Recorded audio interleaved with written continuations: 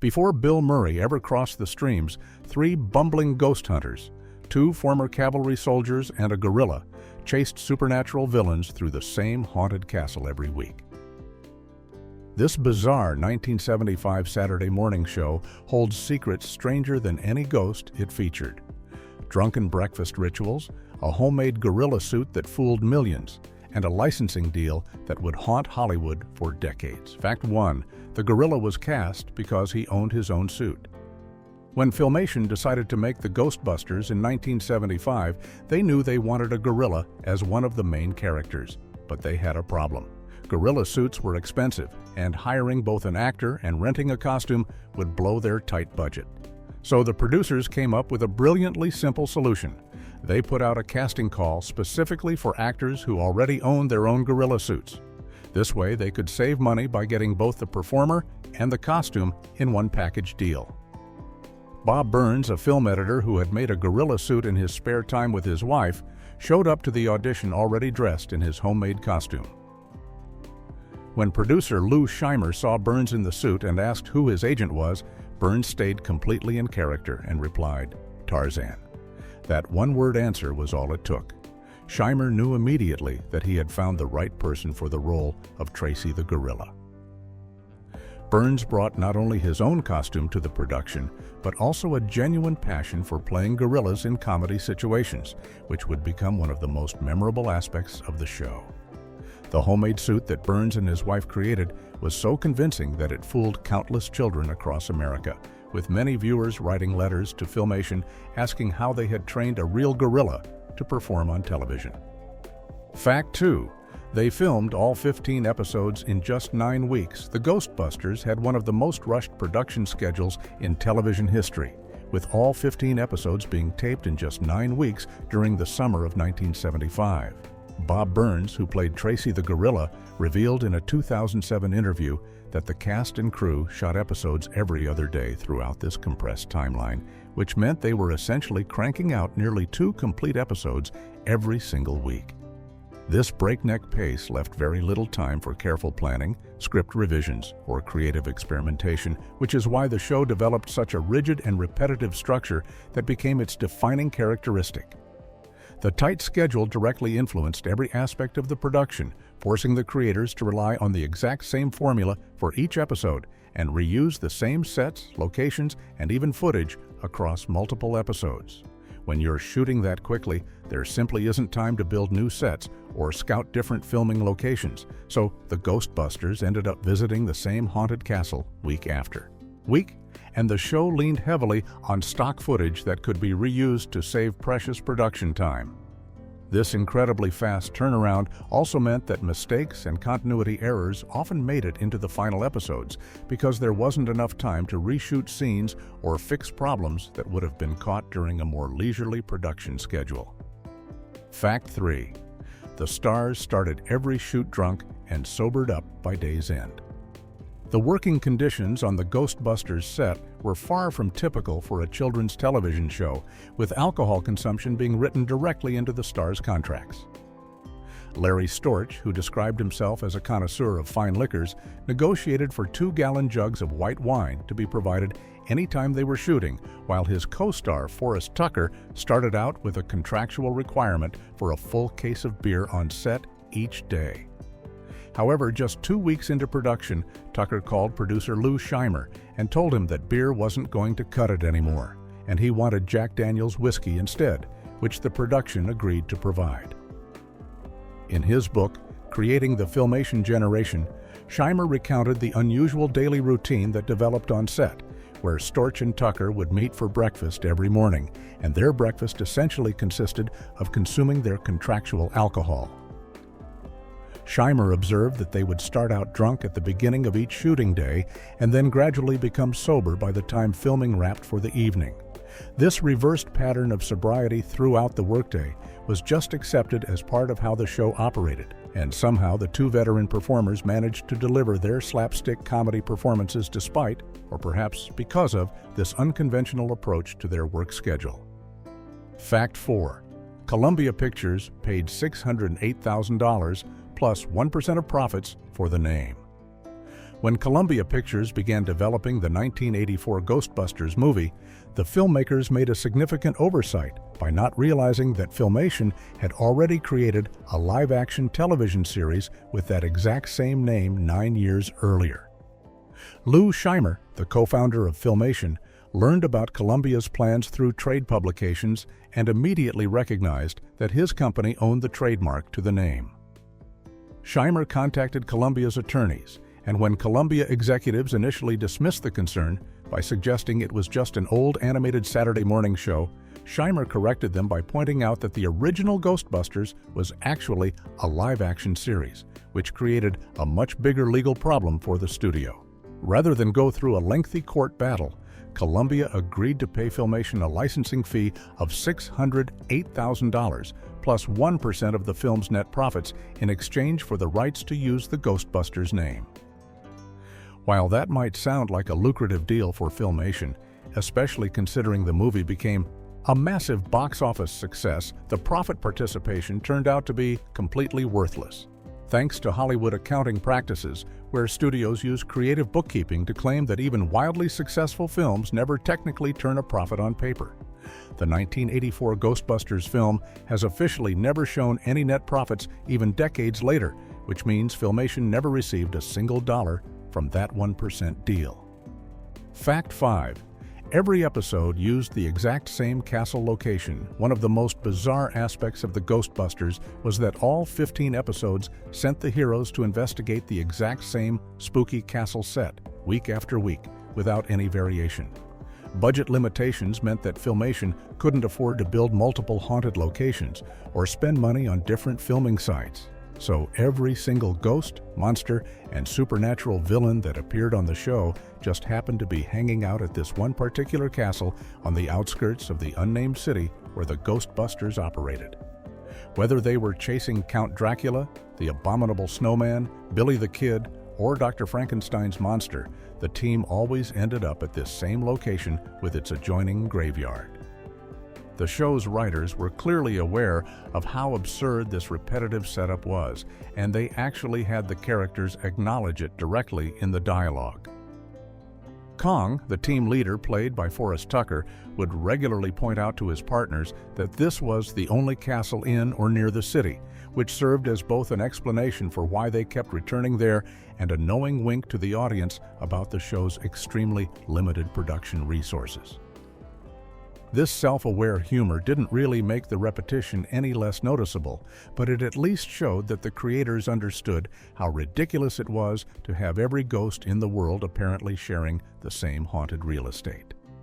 Fact 6. Spencer's name was spelled 2 different ways. The Ghostbusters had a glaring continuity error that appeared in every single episode, and somehow was never caught or corrected throughout the entire production run. Larry Storch's character had his name spelled as Spencer in the opening credits, which is the traditional spelling of that name, but whenever viewers saw the door to the Ghostbusters office, the painted lettering on the glass clearly read Spencer with an ER ending instead. This wasn't just a one-time mistake that happened in the pilot episode, but rather a persistent inconsistency that showed up in all 15 episodes of the series without anyone in the production apparently noticing or caring enough to fix it. The spelling discrepancy is particularly strange because the office door appeared in multiple episodes as a recurring set piece, and the opening credits played before every single show, which means this error was right in front of viewers' eyes twice per episode. It's unclear whether the prop department simply misspelled the name when they painted the door and nobody caught it in time, or if there was some confusion during production about which spelling was correct. Given the extremely rushed 9-week production schedule and the fact that the show was made on a tight budget, it's likely that once the door was painted with the wrong spelling, there simply wasn't time or money to fix it, so the error just became a permanent part of the show. Fact 7. The characters were named after Spencer Tracy and King Kong. The Ghostbusters included several clever naming choices that paid tribute to classic Hollywood, though these references were probably lost on the show's young audience. The 2 human characters played by Larry Storch and Forrest Tucker were named Spencer and Tracy, which together formed the name of legendary actor Spencer Tracy, who starred in classic films like Guess Who's Coming to Dinner and won 2 Academy Awards during his career. This was a deliberate homage to old Hollywood that added a layer of sophistication to what was otherwise a silly children's show full of slapstick comedy and pratfalls. The really clever part of the naming scheme was how the creators handled the King Kong reference. Instead of giving the obvious name to Tracy the gorilla, they flipped expectations by naming the human character played by Forrest Tucker as Kong, which made for an ironic reversal since viewers would naturally assume that a show featuring a gorilla would name the ape after the most famous giant ape in cinema history. This playful twist on audience expectations showed that the writers had a sense of humor about their own premise and were willing to subvert the obvious choice. The series made these references to classic cinema throughout its run, despite the fact that most of the children watching on Saturday mornings in 1975 would have had no idea who Spencer Tracy was or why the naming was significant. Fact 8. Kids across America believed Tracy was a real trained gorilla. Bob Burns' performance as Tracy the gorilla was so convincing that it completely fooled the show's young audience, leading to one of the most amusing outcomes of the entire production. Filmation received a steady stream of letters from viewers across the country asking detailed questions about how Bob Burns had managed to train a real gorilla to perform all the comedy routines and physical gags that Tracy did on the show. These children were absolutely certain they were watching an actual trained ape working alongside the 2 human actors, and they wanted to know the secrets behind getting such an intelligent animal to follow directions and interact so naturally with Larry Storch and Forrest Tucker. The illusion was so complete that even the show's credits played into it, listing Bob Burns not as the actor playing Tracy, but rather as Tracy's trainer, which only reinforced the belief among young viewers that they were watching a real gorilla. The success of this deception was a testament to both Burns' skill as a physical performer and the quality of the gorilla costume that he and his wife had crafted in their spare time. Burns himself found the whole situation hilarious and would later laugh about the fact that so many people genuinely believed the gorilla was real, even though he was just a guy in a homemade suit performing slapstick comedy for a low-budget Saturday morning kids show. Fact 9. The show was canceled. Despite being number 2 in ratings, the Ghostbusters enjoyed strong viewership during its run in the 1975-76 season, performing well enough in the Saturday morning ratings to earn the number 2 spot among all children's programming on television at that time. Bob Burns revealed in interviews that the show's ratings were solid enough that it clearly warranted a second season, and network executives were interested in bringing the series back for more episodes. However, the Ghostbusters faced an unusual problem that had nothing to do with poor performance or lack of audience interest. The show that ranked number 1 in the Saturday morning ratings was the Shazam ISIS Hour, which was also produced by Filmation, the same company behind the Ghostbusters. When it came time to decide how to allocate their production budget for the following season, Filmation made the strategic choice to invest their resources into their top-performing show rather than splitting funds between 2 different series. This meant that even though the Ghostbusters was successfully drawing viewers and could have continued, the company decided to cancel it after just 15 episodes so they could focus all their attention and money on the Shazam ISIS Hour. It was a purely business decision that left the Ghostbusters as a one-season wonder, though the show would eventually be remembered and revived years later when Columbia's Ghostbusters movie became a phenomenon. Fact 10. One writer penned all 15 identical episodes. Mark Richards created the Ghostbusters for Filmation and took on the remarkable task of writing every single episode of the series by himself, which meant that all 15 scripts came from one person's creative vision. This solo writing approach resulted in what might be the most rigidly formulaic show in television history, as Richards followed the exact same structural template for each and every episode without any meaningful variation.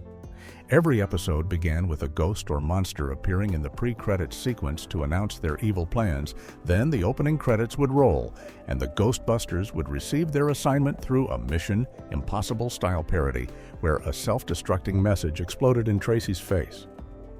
From that point forward, viewers could predict exactly what would happen next. Spencer would struggle with the haunted filing cabinet that wouldn't open properly. The team would head to the castle. A series of chase sequences would play out using the same sets, and sometimes even recycled footage, and finally Kong would zap the ghost back to the netherworld with the ghost dematerializer while triumphantly shouting his catchphrase. Richards never deviated from this structure, which made the show incredibly repetitive, but also gave it a predictable rhythm that young viewers could follow easily. The unchanging formula was partly a result of the rushed production schedule and limited budget, but having a single writer crafting all 15 episodes meant there was nobody else involved to suggest trying something different or breaking away from the established pattern. Fact 11. The opening ghost was played by the producer's son. The ghostly figure that appeared in the opening credits of the Ghostbusters each week was played by Lane Scheimer, who happened to be the son of Lou Scheimer, one of the co-founders of Filmation and the show's producer. This bit of family involvement in the production gave Lane a small but memorable role that millions of viewers saw every single week, even though most people watching had no idea who was underneath the ghost costume or makeup. Lou Scheimer later shared an amusing detail about his son's casting that had to do with Lane's physical stature. According to Lou, Lane Scheimer was the only person working on the entire production who was taller than Forrest Tucker, which was quite an achievement considering that Tucker stood 6 feet 4 inches tall and towered over most of the cast and crew. Having someone with that kind of imposing height play the ghost in the opening sequence helped create a more dramatic and spooky visual for the title sequence, as the tall ghostly figure could loom over the other characters in a way that emphasized the supernatural threat. The casting choice kept things in the family while also serving a practical purpose, and it gave Lou Scheimer the opportunity to give his son a small part in a television show that would be watched by children across America every Saturday morning. Fact 12. They filmed 13 grocery store scenes in one brutal day. One of the most grueling days of production for the Ghostbusters happened when the crew decided to film nearly all of the recurring grocery store sequences in a single marathon shooting session. These scenes, where Spencer and Tracy would stop at a convenience store to pick up their Mission Impossible-style assignments hidden inside everyday objects, were shot on location outside Leckler's grocery and hardware store in Peru, California, a small town located between Santa Clarita and Ventura. Producer Lou Scheimer noted in the DVD commentary that the production filmed 13 different versions of this sequence, all in one fell swoop, knocking out almost an entire season's worth of these recurring segments in just one day.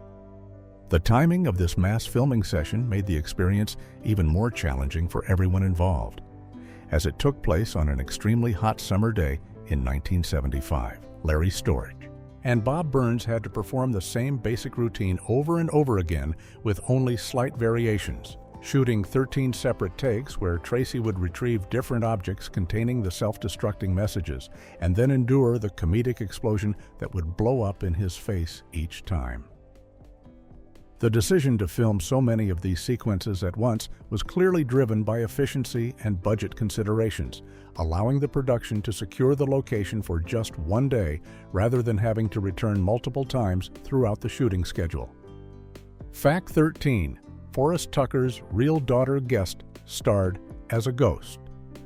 The Ghostbusters kept things in the family with one particularly interesting piece of casting in the episode titled They Went That-A-Way, which featured the ghosts of Old West outlaws Billy the Kid and Belle Starr returning from the great beyond to cause trouble. The role of Belle Starr, the notorious female outlaw, was played by Brooke Tucker, who was Forrest Tucker's real-life daughter, which created an amusing dynamic where she appeared on screen as the ghostly villain that her father's character Kong had to chase down and capture. This casting choice meant that viewers were watching a real father and daughter acting as adversaries in a comedic Western-themed ghost story, though most of the audience had no way of knowing about their actual family relationship.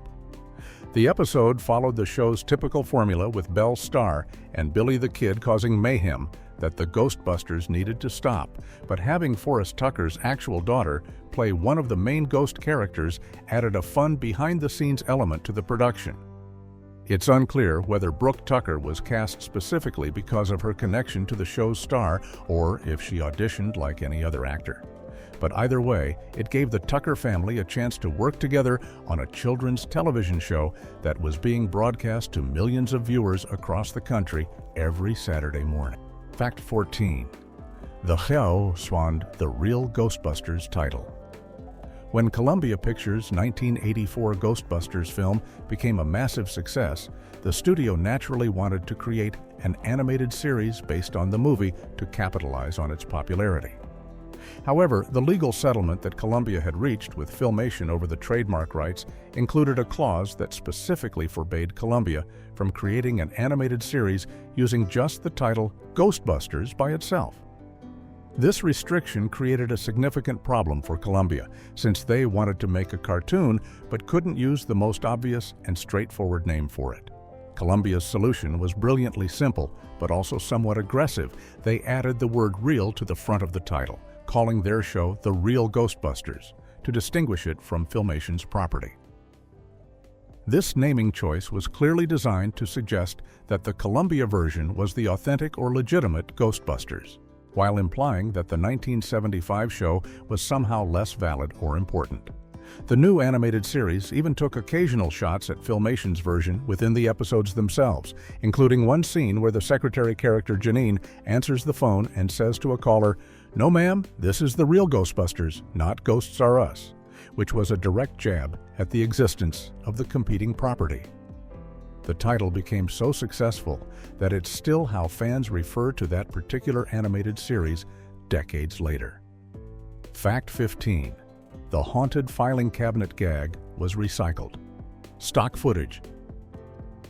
One of the most frequently appearing jokes throughout the Ghostbusters involved a haunted filing cabinet in the team's office that would refuse to open for Spencer whenever Kong ordered him to retrieve information about that week's ghost.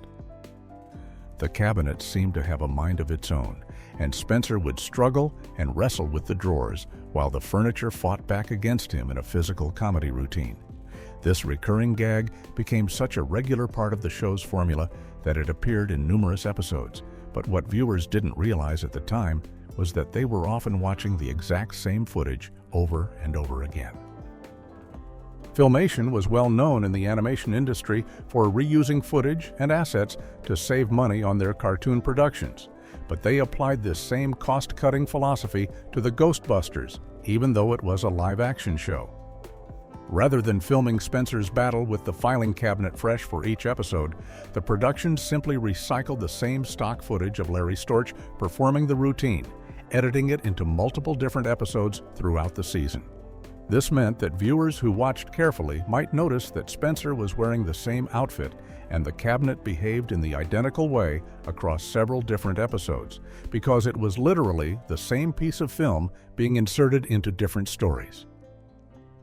The haunted filing cabinet became the perfect symbol of how far Filmation was willing to go to stretch their limited budget.